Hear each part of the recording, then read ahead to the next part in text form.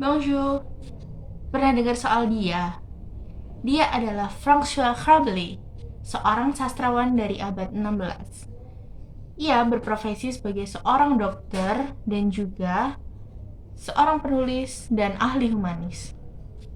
Pada 1532, dengan nama samarannya Maistre Alcofribas Nassier, ia menerbitkan buku pertamanya yang berjudul Pantagruel atau Anak dari Gargantua.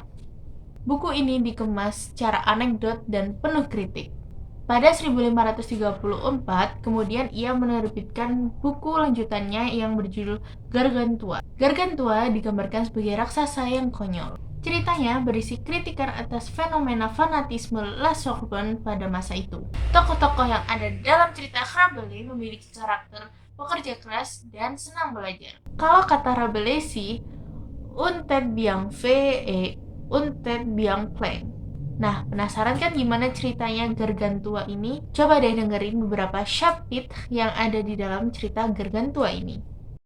Ulrich Gaye mempertanyakan kepada Picrochole mengapa ia ingin menyerang tanahnya.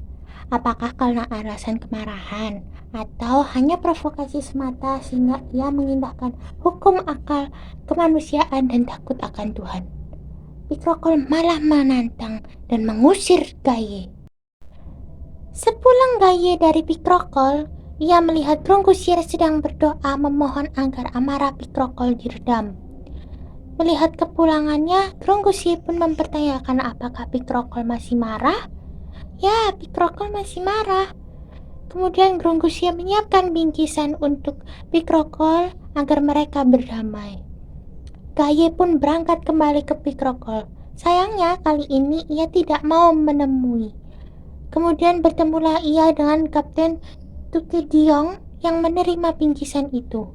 Meski bingkisan itu telah diterima, bukan berarti Kapten Tukediong dan Picrochole mau berdamai. Picrochole masih keras kepala ingin menaklukkan dunia. Kapten Tukediong menawarkan strateginya untuk membagi dua pasukan untuk menyerang wilayah barat dan wilayah timur. Tentara Picrochole turut menaklukkan beberapa wilayah. Ketika Picrochole berhayal ingin menjadi Kaisar Bizong, ia akan menjadikan beberapa wilayahnya kepada para pengikutnya.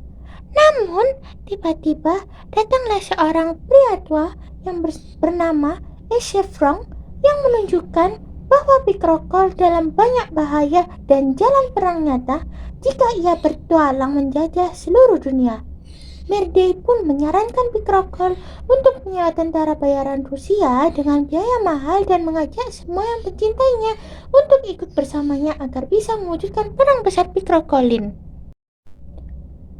Setelah Gargantua menerima surat dari ayahnya, Grongusier, ia mengutus temannya Gymnas atau seorang pesenam untuk mengikuti rombongan Picrochole yang dipimpin oleh Kapten Tripet. Kemudian ia melakukan gerakan-gerakan akrobatik sambil mendekati kapten tersebut. Setelah itu, Gymnas memberikan minuman kepada kapten itu sambil menawarkan dirinya untuk berbisnis dengan seorang iblis. Mendengar kata-kata Akio Hoteo, beberapa dari mereka mulai ketakutan dan membuat tanda salib di tangan mereka. Gymnas melakukan pemeriksaan pada tangan mereka semua.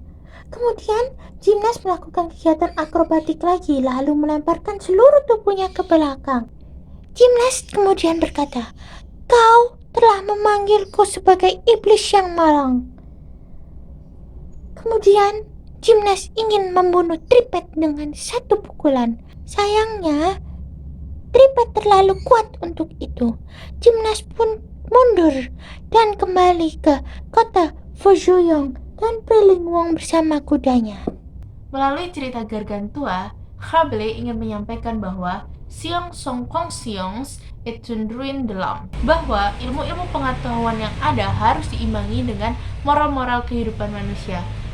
Dengan demikian, kehidupan manusia akan menjadi seimbang. Merci, à bientôt dans l'autre histoire.